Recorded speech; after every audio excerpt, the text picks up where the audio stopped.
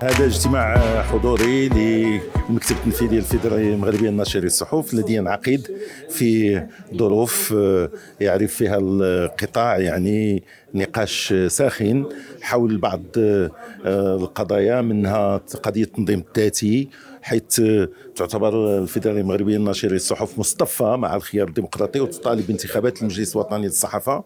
ونوه المكتب التنفيذي بطبيعة الحال بأن هذه القضية أصبحت قضية مجتمعية، وأن الرأي العام المهني تقريبا تكاد يكون هناك إجماع على أن يكون الخيار الديمقراطي المنسجم مع الدستور هو الذي يجب أن يفعل فيما يتعلق بهذا التنظيم الذاتي عن طريق انتخابات المجلس الوطني للصحافة. وكما كانت الحوال عندنا التعبير على أننا ضد هذه اللجنة المؤقتة التلفيقية. وإضافة إلى هذا تحدثنا عن القضايا التنظيمية والتماسك ديال الفيدرالية وزيادة طلبات الانخراط بحيث يزداد وزن الفيدرالية في الوقت الذي نرى بشكل غريب استمرار إقصاء الفيدرالية من طرف السلطات العمومية، والتي نطالبها بأن تعيد النظر في هذا السلوك الغير مسبوق في تاريخ تعامل الحكومات المغربية مع المنظمات المهنية. ونحن منظمة مهنية أكثر تمثيلية، ونبلغ تقريبا لحد الآن وصلنا إلى 350 من المنخرطين، وفي كل هذه الأوراش التي هي مفتوحة الآن بما فيها مرسوم الدعم العمومي الذي يهيأ، وأن يكون على أساس أن يكون هذا الدعم منصفا وعادلا وشاملا للمؤسسات الكبرى والمتوسطة والصغرى. وكذلك نتمنى أن تتم مراجعة هذا مشروع قانون اللجنة المؤقتة حتى يكون منسجما مع الدستور. إضافة إلى هذا، وكانت نقطة أساسية، هو أننا منذ مؤتمر الاستثنائي قد مرت اليوم 3 سنوات إلى شهر واحد، فلذلك نحن مقبلون على تنظيم مؤتمرنا الوطني في بداية الشهر القادم إن شاء الله، وسيكون مؤتمرا انتخابيا تتجدد فيه هياكل الفيدرالية، وسيكون مؤتمرا كذلك لنجدد فيه أطروحتنا والتي تعبر عن مبادئ استقلالية الصحافة وتعدديتها وتأهيلها والاهتمام بمواردها البشرية وبنموذج الاقتصادي لمقاولاتها وبديمقراطية كل تنظيم ذاتي لها. وأتمنى أن يتغلب صوت الحكمة داخل الوسط المهني، لأن مشاكل القطاع أكبر من هذا التشرذم الذي نراه الآن وهذه التجاذبات.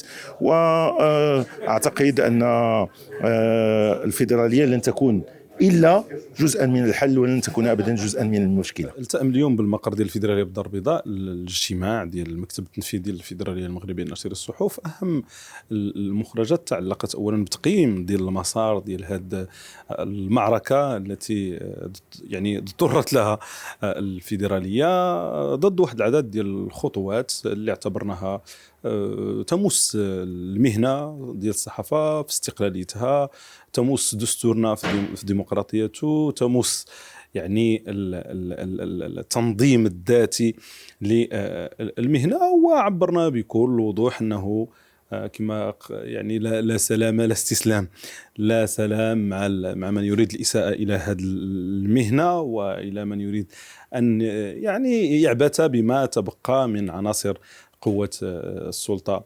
الرابعة، وأنه لا استسلام في الترافع، في التواصل، في الاستمرار في معركة الفضح ديال هذه الخروقات كلها مع الرأي العام. الحمد لله الكل يوم يشهد بأننا ربحنا هذه المعركة عن جدارة واستحقاق دون مغالبة ودون تعدد بالأكثرية ودون اللجوء لبعض الآليات الغير ديمقراطية وبعض السلوكات اللي كان المفروض أن ينقى المشهد الصحفي عنها. إذن ما غاديش يعني ما مفكينش بلغة الشارع في سياقه اللي عرفوا المغرب في 2011، وغادي نبقاو كنقولوا كلمتنا بكل وضوح.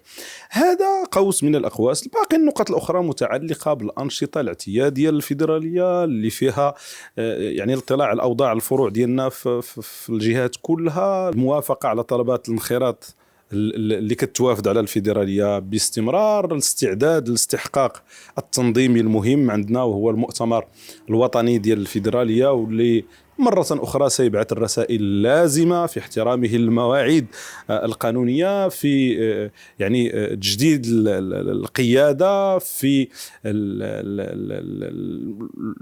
التعبير على المواقف الضرورية إزاء واحد العدد ديال القضايا اللي هي معتملة في المشهد ديال الصحافة والإعلام اللي نمضي قدما في كل ما من شأنه أن يعزز السلطة الرابعة، يقوي المقاولات، يدافع عن المقاولات الهشة والصغرى والمتوسطة، ويتصدى لكل محاولات ديال قرصنة المؤسسات أو ديال يعني إقامة الغزوات في الملعب أو إنشاء دعم يعني بمنطق المغاربة كيزيد الشحمة في ظهر المعلوف. إذن هذه التجاوزات كلها اللي بعض منها شفناه والبعض راه قادم، ما يمكن إلا أن نكون من أول المتصدين له. سنقول كلمتنا كما العادة ونمضي. الفيدرالية المغربية لنشر الصحف مستمرة في أنشطتها واستحقاقاتها التنظيمية بشكل عادي، بغض النظر عن أي تطور تشهده الساحة الإعلامية والمهنية اليوم في بلادنا. هذا اليوم عقد المكتب التنفيذي للفيدرالية المغربية لنشر الصحف اجتماعه الدوري العادي، وناقش كل القضايا المرتبطة بأعماله ومهامه.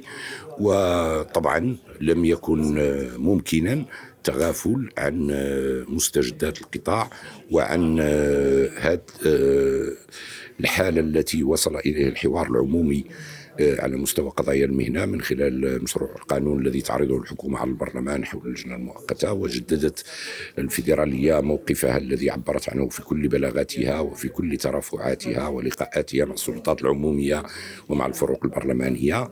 كما أنه على المستوى التنظيمي أيضا قرر المكتب التنفيذي للفيدرالية مواصلة لقاءاته التنظيمية مع مختلف الهياكل الفيدرالية، وسيتوج هذه الدينامية في مستهل الشهر القادم بعقد الجمع العام السنوي للفيدرالية، أي أعلى هيئة تنظيمية فيدرالية، حيث أننا في الفيدرالية نحترم مدة الولاية والمقتضيات التنظيمية التي ينص عليها القانون الأساسي للفيدرالية، حيث أنه في بداية هذا الشهر ستكون مرت 3 سنوات بالتمام والكمال على انتخاب المكتب التنفيذي الحالي. واحتراما منا لقوانيننا وأنظمتنا سنعقد مؤتمرنا في نفس التاريخ لتجديد هياكلنا ولتجديد التعبير عن مواقفنا.